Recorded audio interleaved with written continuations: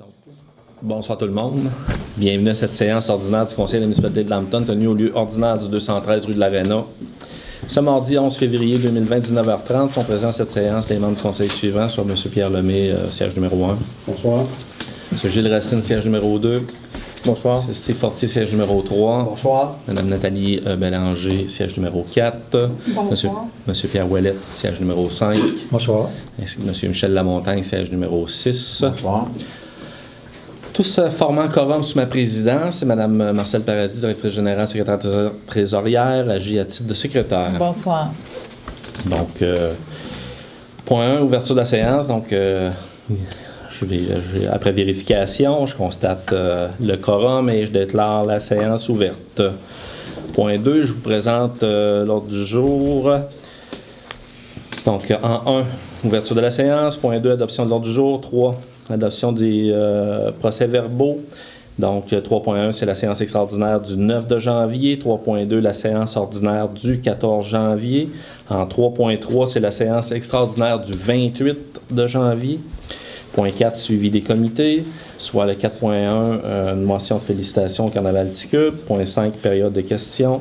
En 6, au niveau de l'administration, 6.1, dépôt de la liste des dépenses. 6.2, dépôt du rapport annuel 2019 sur l'application du règlement 18-472 sur la gestion contractuelle. 6.3, proclamation des journées de la persévérance scolaire. 6.4, nomination comité intermunicipal pour le regroupement des services sécurité incendie. 6.5, octroi d'un mandat chargé de projet pour l'élaboration de la politique municipalité Amis des aînés. 6.6, autorisation de signature au maire et Mme la directrice générale pour l'entente avec Récupération Frontenac. En 6.7, c'est l'appui à la municipalité de Courcelles concernant le projet d'aménagement de parc avec module de jeu. Les points 7, en hygiène du milieu, 7.1, autorisation de paiement à numéro 6 à TGC pour la construction du réseau d'aqueduc municipal dans les secteurs Crillon-Giguère. Les points 8 qui concernent les transports. 8.1, octroi d'un contrat pour les soumissions de produits pétroliers. 9, urbanisme et développement. 9.1, demande d'appui de la Commission de la protection du territoire agricole. 9.2, participation au programme Rénovation Québec. En 10, ce sont les loisirs, sports, culture et vie communautaire. Donc 10.1, c'est le service d'animation estivale SAE+. Point 11 en législation, donc le 11.1, avis de promulgation, règlement 20-501, modifiant le règlement 15-428, constituant le comité consultatif d'urbanisme. Point 12, contribution, 12.1, concernant la polyvalente Montignac, les galas Méritas. 13, correspondance, 14, varia, 15, suivi de dossier, 16, période de questions, 17, clôture et levée de la séance. Donc, il est proposé, appuyé et résolu que l'ordre du jour soit adopté tel que présenté. Est-ce qu'il y avait des éléments à ajouter dans l'ordre du jour? Donc, on adopte tel que présenté. Est-ce qu'on a une proposition?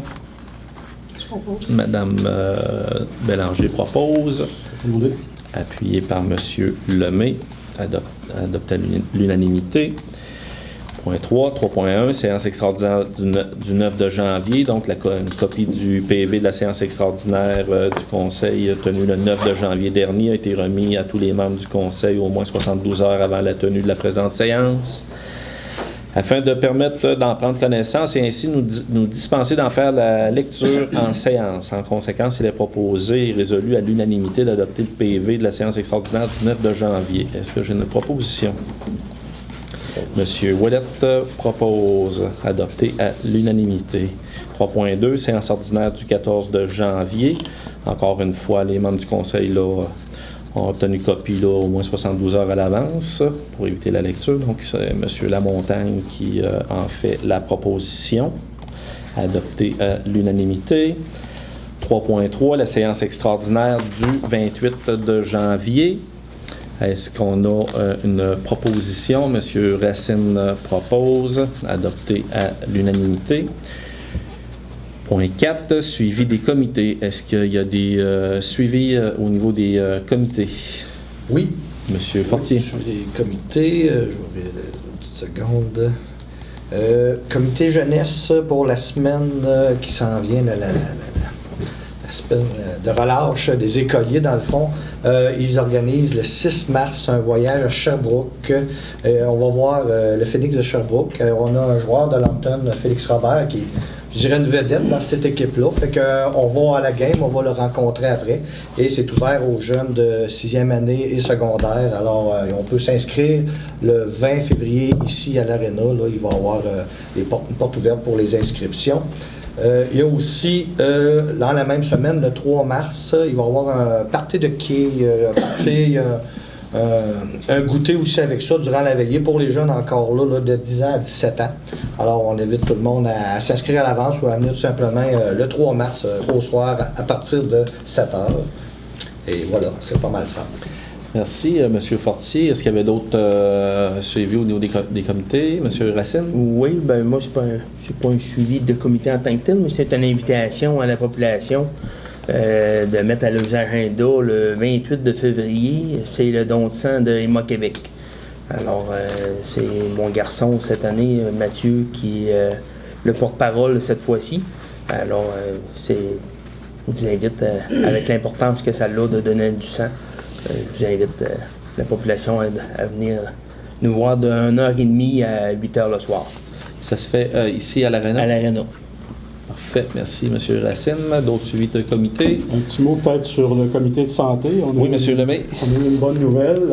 L'IPS a maintenant tous ses certificats et maintenant, elle va être, au lieu d'être le mercredi après-midi, elle va venir à Lambton le lundi toute la journée, puis elle va pouvoir prendre des patients en charge, des patients orphelins. Donc, toutes les informations vont être dans Info Lambton qui s'en vient. Donc, ça, c'est une bonne nouvelle. On va avoir le médecin quand même qui est là le lundi après-midi, puis le docteur Mathieu, et le mercredi aussi toute la journée. Donc, on commence à avoir plus de services. Également, le comité de santé est à élaborer une publicité pour essayer de rejoindre les médecins en province pour attirer quelqu'un ici à Lambton. Donc, on travaille là-dessus pour continuer à avoir une possibilité de médecins en plus grand nombre ici à Lambton même. Au niveau de la publicité, M. Lemay, ça va se faire dans des revues spécialisées dédiées à l'équipe qui sont des médecins. Vraiment dédiées aux médecins. Et puis, selon ce qu'on a su, c'est qu'ils ont une très, très grande lecture de cette revue-là. C'est 80% des médecins qui en prennent connaissance. Donc, on va aller rejoindre la majorité des médecins en province. Merci, M. Lemay. Est-ce qu'il y avait d'autres suivis de comité? Non. Merci, messieurs. 4.1, une motion de félicitations au Carnaval Ticube. Là, comme vous l'avez constaté, là, on a eu notre événement là, de Carnaval Ticube là, au niveau du dernier week-end. M. Lemay, est-ce que vous... je comprends qu'on a une motion de félicitations, mais est-ce qu'il y a des bonnes nouvelles au niveau là, de l'opération en tant que telle? Ou si, D'abord, merci au nom du comité, parce que je fais partie du comité depuis déjà 6 ans. Puis les gens avec qui je travaille sont très dévoués, sont très impliqués. Fait que oui, c'était un très bel événement. D'ailleurs, je fais partie de la municipalité aussi, mais les gens de la municipalité, les employés ont aidé grandement au succès de ça.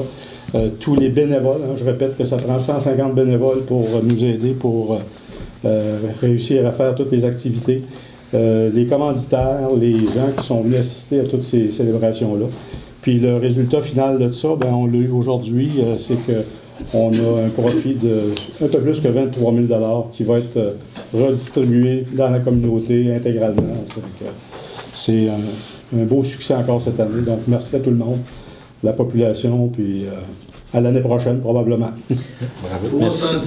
317, je pense, personnes, lunch qui ont été servis. 318 déjeuners, oui, puis faites par les infirmières, toujours aussi délicieux. C'est pour ça qu'il y a tant de monde. Merci, M. Lemay. Donc, c'est un 23 000 de profit net de dégagé que vous disiez? Oui, bon, c'est ça. Je vais vous faire la lecture au complet de la motion. Dans ce cas-là. Dans ce cas-là. Attendu l'implication des membres du Carnaval Ticube ainsi que des bénévoles au cours des derniers mois pour la préparation du Carnaval Ticube. Attendu que la 42e édition du Carnaval a connu une bonne réception auprès de la population de Lambton et des environs et que l'événement a été un franc succès, Il est résolu à l'unanimité du Conseil de féliciter les membres du Carnaval Ticube ainsi que les bénévoles pour le travail remarquable accompli au cours des derniers mois par cet organisme, pour leurs nombreuses heures de bénévolat et leur implication au sein du Carnaval Ticube. Donc, encore une fois, merci beaucoup. Point 5, période de questions. À ce moment-ci, est-ce qu'il y a des questions du public? Pas de questions du public à ce moment-ci. Point 6, au niveau de l'administration, 6.1, le dépôt de la liste des dépenses. Donc, on a la liste des dépenses incompressibles pour un montant de 84 144,87. Concernant les comptes à payer, on a un montant de 170 199,19. Donc, les listes ont été remises à chacun des membres là, du conseil qui ont pu en prendre connaissance. Est-ce qu'il y a des questions ou commentaires au niveau des membres du conseil concernant les comptes à payer? Est-ce qu'il y a des montants là, qu'on pourrait souligner, Mme Paradis? Oui, dans nos gros travaux, la réfection du rang Saint-Michel, on a des factures là, pour les laboratoires d'expertise pour un montant de 22 674 $. On a aussi encore pour les travaux de réfection Quirion et Giguère, il restait un montant, là, un travail qui a été fait en dernier, là, les glissières de sécurité, pour un montant de 10 465 $. On a les versements pour le déneigement, bien sûr, là, au montant de 36 485. Et aussi, dans les immobilisations, là, le renouvellement, le Conseil a adopté un budget de renouvellement du parc informatique de la municipalité. Là, on a un montant de 6 507 $ là, pour des achats des ordinateurs. Excellent. Merci, Mme Paradis. Est-ce qu'on a une proposition? Monsieur Lamontagne propose, appuyé de Monsieur Fortier, adopté à l'unanimité. 6.2, dépôt du rapport annuel 2019 sur l'application du règlement 18-472 sur la gestion contractuelle. Donc, Mme Paradis, c'est récurrent, c'est à chaque année. C'est les nouvelles lois, avec les nouvelles lois là, du règlement de gestion contractuelle que la municipalité a adopté en 2018, en septembre, je crois, 2018, là, pour la passation des contrats jusqu'au décret du ministre jusqu'à 101 000. Là. Fait qu'il faut à chaque année déposer dans une séance du conseil, au conseil municipal, le nombre et la nature des contrats qui ont été déposés par appel d'offres public sur le SEAO, donc tous les contrats en haut de 101 000. La nature et le nombre des contrats qui ont été sur appel, sur invitation, là. Nous, à la municipalité, on essaye toujours d'avoir au moins 4 fournisseurs là, à appel, sur invitation. Et aussi la nature et le nombre des contrats qui sont donnés, octroyés de gré à gré. Ça peut être, par exemple, des services professionnels ou des fois, c'est plus avantageux pour la municipalité. Fait que c'est un dépôt, c'est nouveau. Ça n'existait pas avant. Fait qu'on le dépose. Le conseil en a eu une copie, en prend connaissance. Fait que moi, je le dépose au conseil. Merci, Mme Paradis. Donc, c'est un dépôt, on n'a pas à en faire de résolution. Il va être accessible dès demain aux bureaux municipaux sur notre site Internet là, pour la population. Excellent, merci. 6.3, donc proclamation des journées de la persévérance scolaire. Comme à chaque année, on nous fait parvenir une résolution avec en appui là, pour les journées de la persévérance scolaire. Donc, on arbore là, fièrement là, le nom m'échappe, le travail d'équipe. Les rubans, là. Excellent. Merci. Donc, je vous fais la lecture de la résolution. Attendu que les décideurs et les élus de l'Estrie ont placé depuis 14 ans la lutte au décrochage scolaire au cœur des priorités régionales de développement, puisque cette problématique est étroitement liée à d'autres enjeux, dont l'image régionale, le bilan migratoire, la relève et la qualification de la main-d'œuvre, la santé publique et la lutte à la pauvreté. Attendu que le décrochage scolaire a des impacts négatifs significatifs sur l'économie de l'Estrie, lesquels sont évalués à plusieurs dizaines de millions de dollars annuellement. Ces impacts étant par ailleurs estimés à 1,9 milliard de dollars annuellement à l'échelle du Québec. Attendu que les jeunes de l'Estrie sont de plus en plus nombreux à persévérer depuis le début des travaux régionaux en 2006, mais qu'encore 17,3% de ces jeunes décrochent annuellement avant d'avoir obtenu un diplôme d'études secondaires.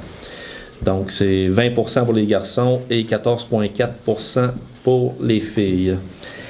Attendu que les conséquences du décrochage scolaire sont lourdes pour les individus, donc un décrocheur gagne 15 000 $ de moins annuellement qu'un diplômé, soit environ 439 000 $ durant la durée de sa vie active, vit 7 ans de moins qu'un diplômé, a 2 fois plus de chances de recourir au chômage.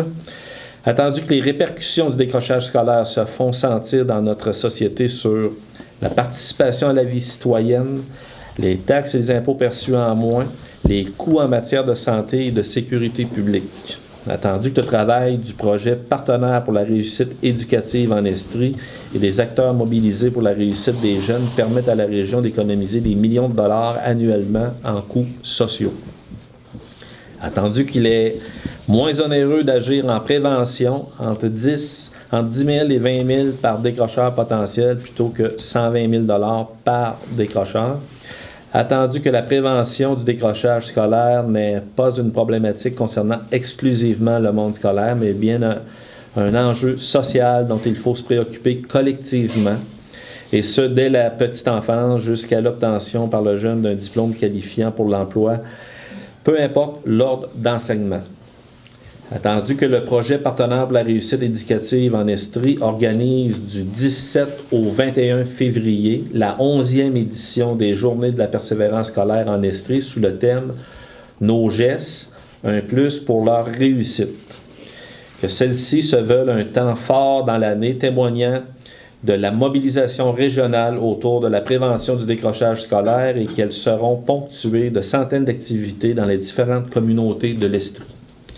Attendu que les journées de la persévérance scolaire se tiendront à nouveau cette année, stimulant simultanément dans toutes les régions du Québec et qu'un nombre important des municipalités appuieront elles aussi cet événement, il est proposé, appuyé et résolu que les 17, 18, 19, 20 et 21 février comme étant les journées de la persévérance scolaire dans notre municipalité. D'appuyer le projet Partenaire pour la réussite éducative et l'ensemble des partenaires mobilisés autour de la lutte au décrochage, dont les acteurs des milieux de l'éducation, de la politique, développement local et régional, de la santé, de la recherche, du communautaire, de la petite enfance, des médias et des affaires, afin de faire de l'Estrie une région qui favorise l'éducation comme un véritable levier de développement pour ses communautés. De faire parvenir une copie de cette résolution au projet Partenaire pour la réussite éducative. Donc, est-ce que j'ai une proposition? Mme Bélanger propose, appuyée de M. Racine, adoptée à l'unanimité. 6.4, nomination du comité intermunicipal regroupement services de sécurité incendie. Donc, comme vous le savez déjà, il y a un regroupement là, pour un partage là, du directeur service incendie entre Lambton, Saint-Romain et Stornoway. Donc, je vous fais la lecture de la résolution. Attendu dans l'entente de regroupement des services sécurité incendie à l'article 8. Un comité intermunicipal sera formé et les municipalités signataires devront nommer une personne pour la représenter, maire, conseiller ou directrice générale. Attendu qu'une entente entre les municipalités signataires est intervenue, il y a été convenu que le maire et la directrice générale seront les personnes désignées pour les représenter jusqu'aux prochaines élections générales municipales. Il est proposé, appuyé et résolu que le conseil autorise le maire et Mme la directrice générale à les représenter au comité intermunicipal jusqu'aux prochaines élections municipales.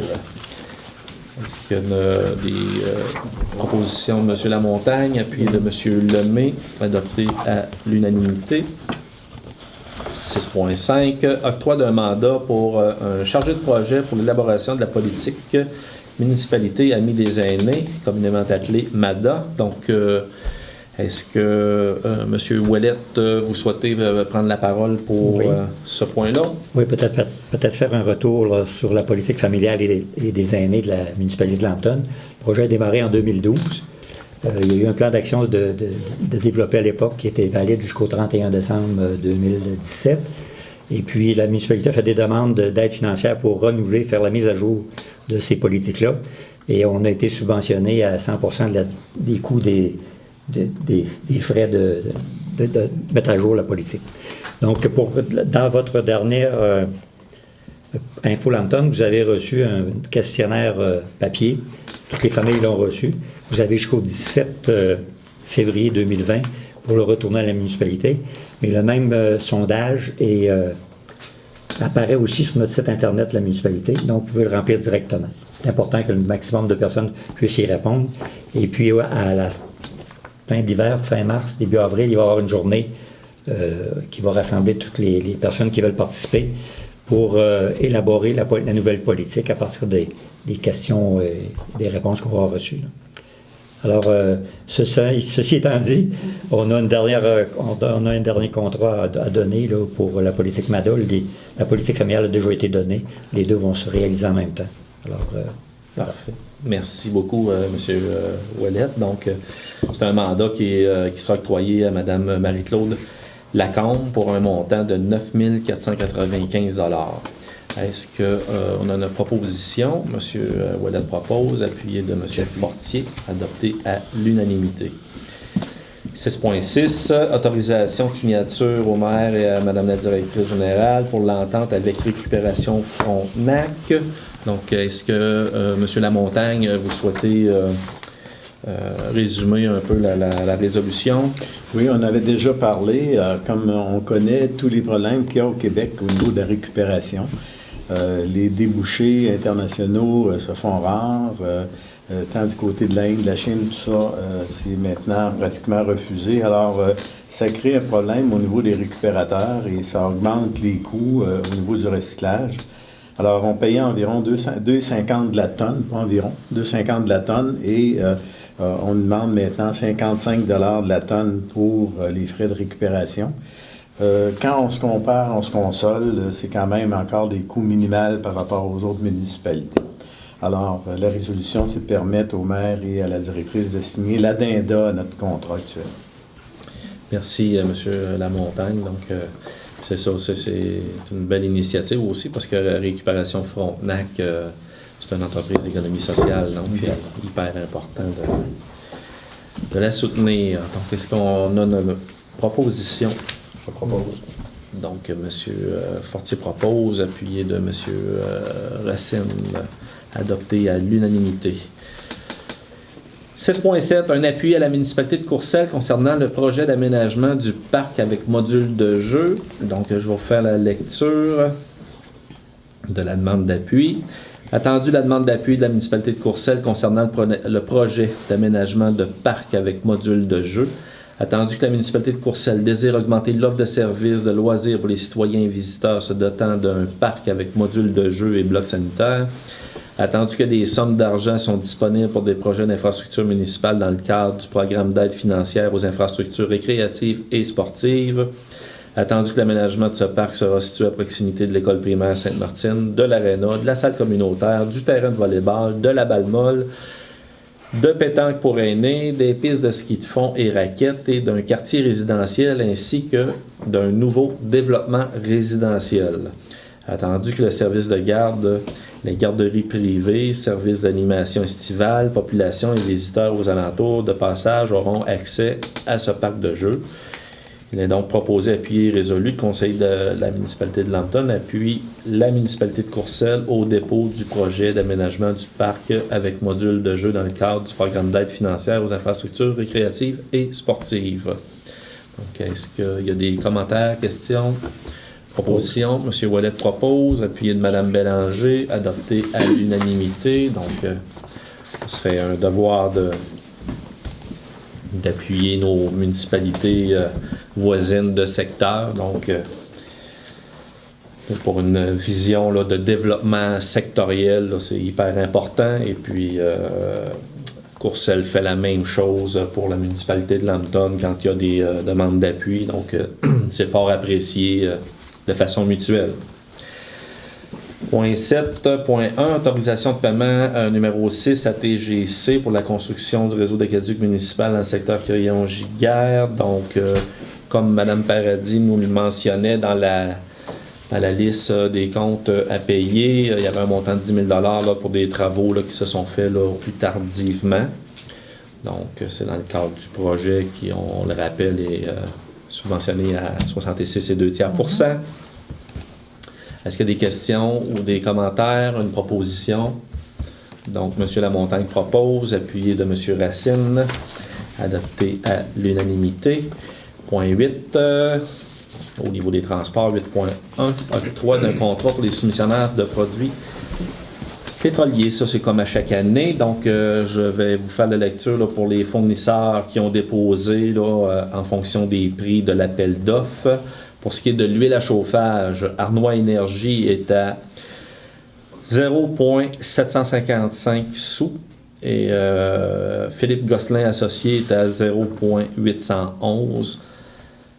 Diesel clair été, Arnois Énergie à 1,037 et puis Philippe Gosselin est à 1,058. Diesel clair hiver. Arnois Énergie, 1,072. Philippe Gosselin à 1,093. Pour ce qui est de l'essence ordinaire, Arnois Énergie est à 1,009 du litre. Et puis, Philippe Gosselin Associé est à 0,98 sous du litre. Donc, attendu l'analyse des soumissions a démontré que le fournisseur s'est conformé aux exigences de la municipalité, proposé appuyer que le contrat pour la fourniture d'huile à chauffage, diesel clair été hiver et de l'essence ordinaire pour l'année 2020 soit accordé à Arnois Énergie, plus bas soumissionnaire conforme. Que Mme la directrice générale soit autorisée à signer tous les documents relatifs à ce contrat. Donc, il y avait un item où Philippe Gosselin et Associés était moins cher, c'est l'essence, mais l'essence, c'est très, très, très minime comme... on a juste un véhicule, pratiquement. Exactement. Donc, les autres, c'est diesel. Les autres sont toutes diesel, donc la consommation pour la municipalité est beaucoup plus importante là, au niveau de l'huile à chauffage, des aides claires, été, hiver. Est-ce qu'on a une proposition? Monsieur Lemay propose, appuyé de Monsieur Fortier, adopté à l'unanimité. 9.1, demande d'appui à la Commission de la protection du territoire agricole du Québec. Attendu, je vous fais la lecture de la résolution. Attendu que l'immeuble identifié comme étant le lot 5 688 800 cadastres du Québec dans les circonscriptions foncières de Frontenac, situé au 262e rang. Attendu que la demande consiste à obtenir une autorisation pour une utilisation à une fin autre qu'agricole visant à régulariser la situation auprès de la Commission à la suite d'une construction d'un garage annexé avec une partie habitable située au-dessus.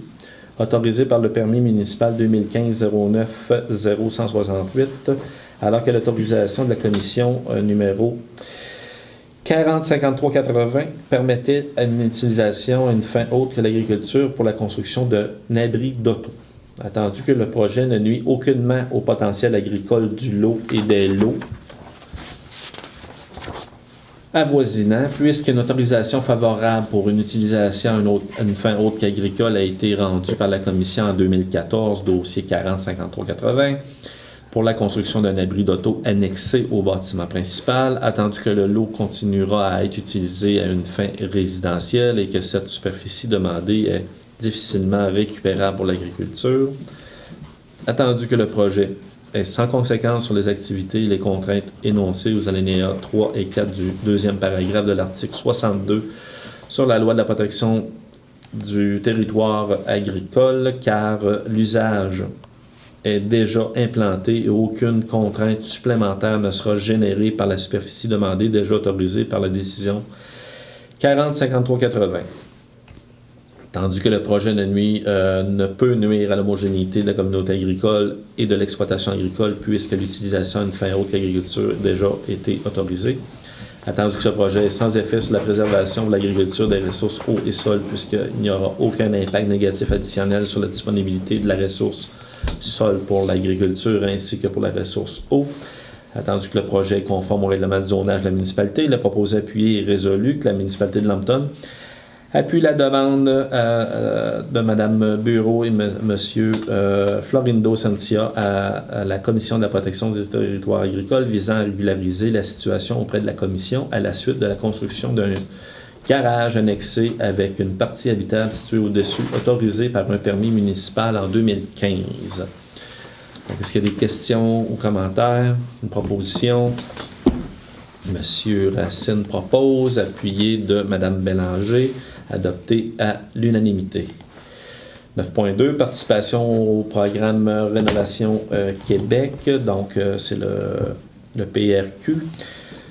C'est récurrent, ça fait déjà 3 ans.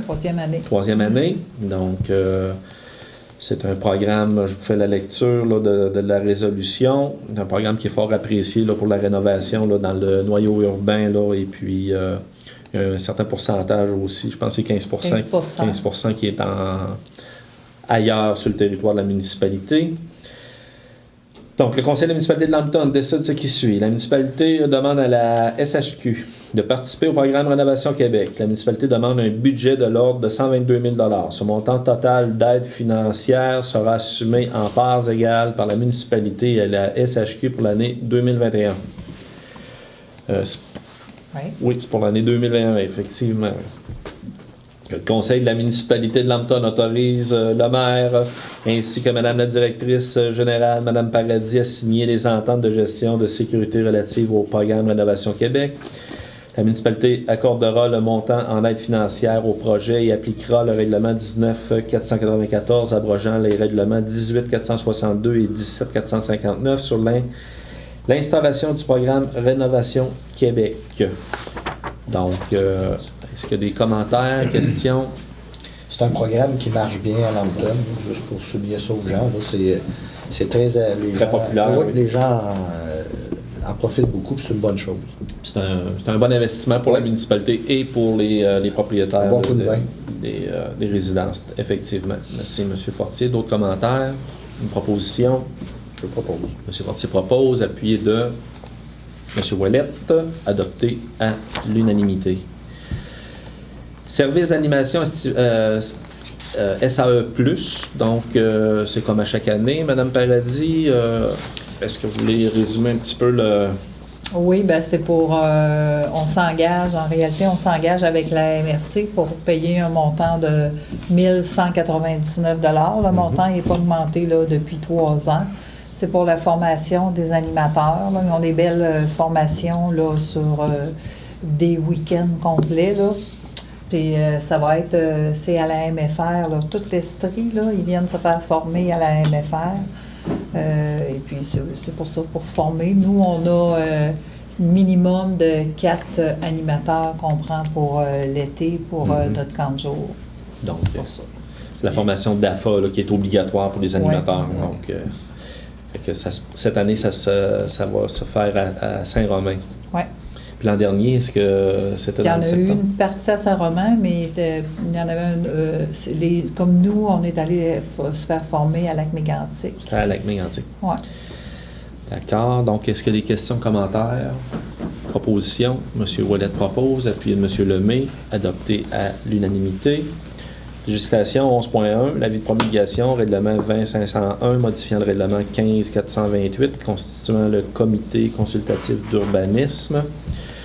Donc, il a été lu et expliqué. Il n'y a pas eu de modification depuis le projet de règlement. Est-ce qu'il y a des commentaires sur l'adoption finale de ce règlement-là? Donc, c'est l'ajout d'un siège supplémentaire au comité pour un membre du conseil. Est-ce qu'il y a une proposition? M. Racine propose, appuyé de M. Lemay, adopté à l'unanimité.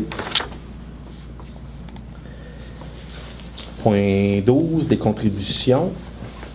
Donc, 12.1, Polyvalente Montignac, le gala Méritas. Est-ce que, M. Fortier, vous vouliez prendre la parole concernant ce point-là? Effectivement, la polyvalente Lac-Mégantic souligne l'effort des élèves, de ceux qui ont performé et ceux qui, des fois, qui ont plus de difficultés, mais qui réussissent quand même à aller plus loin dans leurs études un peu. C'est le 6 Attendez un petit peu que je me retrouve là-dessus. C'est le 6 juin cette année. C'est une soirée, c'est ça, reconnaissance à ces élèves-là. L'année passée, Lambton, j'y ai assisté, puis Lambton avait eu beaucoup d'élèves qui étaient passés en avant chercher leur méritage, puis c'est une fierté pour eux et une fierté pour nous autres aussi. Alors, c'est ça, c'est pour eux. Ça voulait donner un coup de main dans cette soirée. Super, merci M. Fortier. Donc, c'est un montant de 150 $ là, qui est remis. Est-ce qu'on a une proposition? M. Fortier propose, puis M. Racine, adopté à l'unanimité. Point 13, la correspondance. Donc, le courrier reçu dans le mois de janvier a été remis aux élus. Point 14, est-ce qu'il y avait des éléments au Varia dans le point 14? Monsieur Lemay, est-ce qu'il y avait un élément dans Varia pour la nomination? Excusez, la nomination du membre du CCU. Donc, est-ce qu'on a une proposition au niveau de la nomination d'un membre du CCU? Est-ce que vous avez M. Lamontagne. Donc, vous proposez M. Lamontagne. Est-ce que la proposition est appuyée? Oui, elle est appuyée. Est-ce que M. Lamontagne accepte? Oui. Oui, OK. Excellent. Donc, proposé, appuyé à l'unanimité. M. Lamontagne accepte. Donc, M. Lamontagne, dorénavant, va siéger là, au comité consultatif d'urbanisme. Et puis, il y a trois membres aussi de la communauté qui siègent. C'est ce que... Excellent. Point 15, suivi de dossier. Est-ce qu'il y avait d'autres suivis de dossier là, qu'on n'aurait pas discuté là, en début de séance? Non. Point 16, période de questions pour le public. Est-ce qu'il y a des questions? Monsieur Hadi? Oui, quelques-uns. Je vais faire quelques commentaires d'abord. Normalement, on parle beaucoup de santé. Là. Je ne sais pas si vous avez eu l'opportunité de lire un excellent article sur la nouvelle ministre de la Santé, à l'actualité. Le règne des docteurs est fini. Okay? En tout cas. C'est ce que la ministre, Mme McCann, a dit? Ah, c'est pas comme ça qu'elle l'a dit, mais c'est ça que ça voulait dire. Entre autres, on va voir, par exemple, les pharmaciens jouer un rôle plus important, les super gardes-malades jouer des rôles importants. Ça sent bien, là, c'est fini les régimes barrettes. Là. Hein? Ben, c'est ça. C'est ce que M. Lemay expliquait là, quand on a parlé de IPS, c'est infirmière praticienne spécialisée. Fait qu'on en a une sur le territoire, puis on tend à augmenter les heures. C'est ce qu'on expliquait. Là. Il y a une plage horaire qui a été augmentée, puis qu'on va continuer de mettre les efforts pour augmenter la plage horaire là, en même temps là, avec le comité là, des services de proximité de santé là, qui est très actif, là, comme mentionnait M. Lemay. Là. Okay.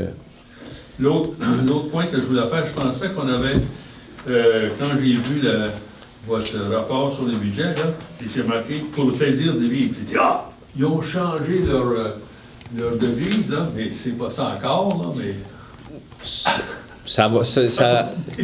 C'est en continuité. Fait qu'aussitôt qu'il y aura des changements au niveau de l'affichage, okay, ça deviendra pour le plaisir d'y vivre, okay, M. Hadi. Excellent.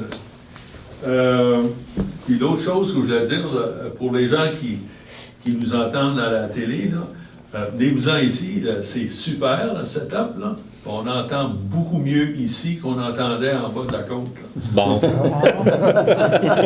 Donc, c'est un geste améliorateur qu'on a fait en 2020. Absolument. La seule chose qui manque, c'est votre horloge, là. Oui. Ouais. Merci, M. Hadi. Merci des commentaires. C'est toujours apprécié. Est-ce qu'il y avait d'autres questions du public? Pas d'autres questions du public? Point 17, là, c'est levé de la séance. Il a proposé, appuyé et résolu que la séance soit levée à 20h13 précisément. On a une petite horloge ici, M. Hadi. Est-ce qu'on a une proposition? M. Lamontagne propose, appuyé de M. Fortier. Donc, merci aux élus, merci Mme Paradis, merci tout le monde. Bonne fin de soirée. Bonsoir. Merci. Bonsoir.